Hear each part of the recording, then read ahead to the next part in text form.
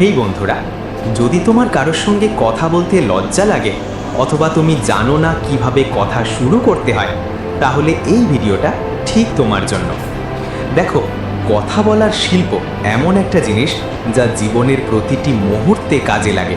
তুমি যেই ফিল্ডেই কাজ করো না কেন, এই স্কিল তোমাকে সাহায্য করবে কাউকে প্রভাবিত করতে, নিজের কথা মনিয়ে নিতে, আর কারোর ইমোশন নিয়ন্ত্রণ করতেও।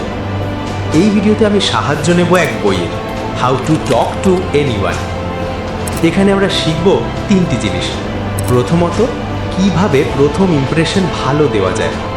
দ্বিতীয়ত, কিভাবে নিজের কথায় কাউকে ইমপ্রেস করা যায়। আর তৃতীয়ত, কিভাবে কথা বলার ভয় দূর করা যায়।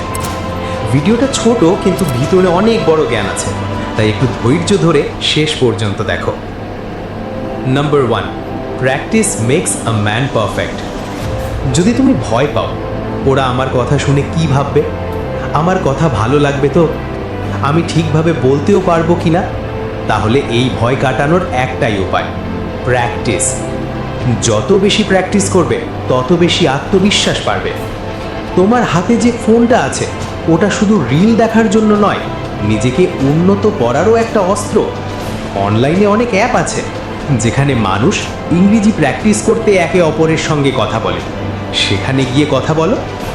আরেকটা দারুণ ট্রিক হলো কাস্টমার কেয়ার নম্বরে কথা বলা। ওরা হিন্দি বা ইংরেজিতে কথা বলে, প্রতিদিন 2-3 মিনিট করে কথা বলো। আর হ্যাঁ, নিজের কন্টেন্ট বানাও। তুমি যেটাতে ভালো সেটা নিয়ে ভিডিও করো। ক্যামেরার সামনে কথা বললে ভয় কমবে আর আত্মবিশ্বাস বেড়ে যাবে। একদিনে কিছুই হয় না, আমিও এই পথ দিয়ে গিয়েছি। তবে মনে রেখো, practice makes a man perfect. Number 2, the feeling smile. যদি তুমি কোনো বড় শোরুমে যাও অথবা ইন্টারভিউ দিতে যাও, লক্ষ্য করবে সবার মুখে হালকা একটা স্মাইল থাকে। কারণ হাসি মুখে কথা বললে সামনের মানুষ পজিটিভ ভাইব পায়। সে ভাবে এই মানুষটা আমার সঙ্গে কথা বলতে আগ্রহী। তাই যখনই কারোর সঙ্গে দেখা করো, বন্ধু, আত্মীয় বা তোমার ক্রাশ, মুখে হালকা একটা স্মাইল রাখো আর চোখে চোখ রেখে কথা বলো। তুমি চাইলে শোরুমে গিয়ে কোনো সেলসম্যানের সঙ্গে কথা বলো। ওরা এমনভাবে কথা বলে যে তুমি যেটা কিনতে চাওনি সেটাও কিনে ফেলো। এটাই হলো কমিউনিকেশন স্কিলের জাদু। Number 3, say with name. যখন তুমি কাউকে তার নাম ডেকে কথা বলো, সেটা তাকে খুব ভালো লাগে। সাইকোলজি মতে মানুষের নিজের নামটাই তার কাছে সবচেয়ে মিষ্টি শব্দ। যেমন ধরো, হে ধ্রুব, কেমন আছো?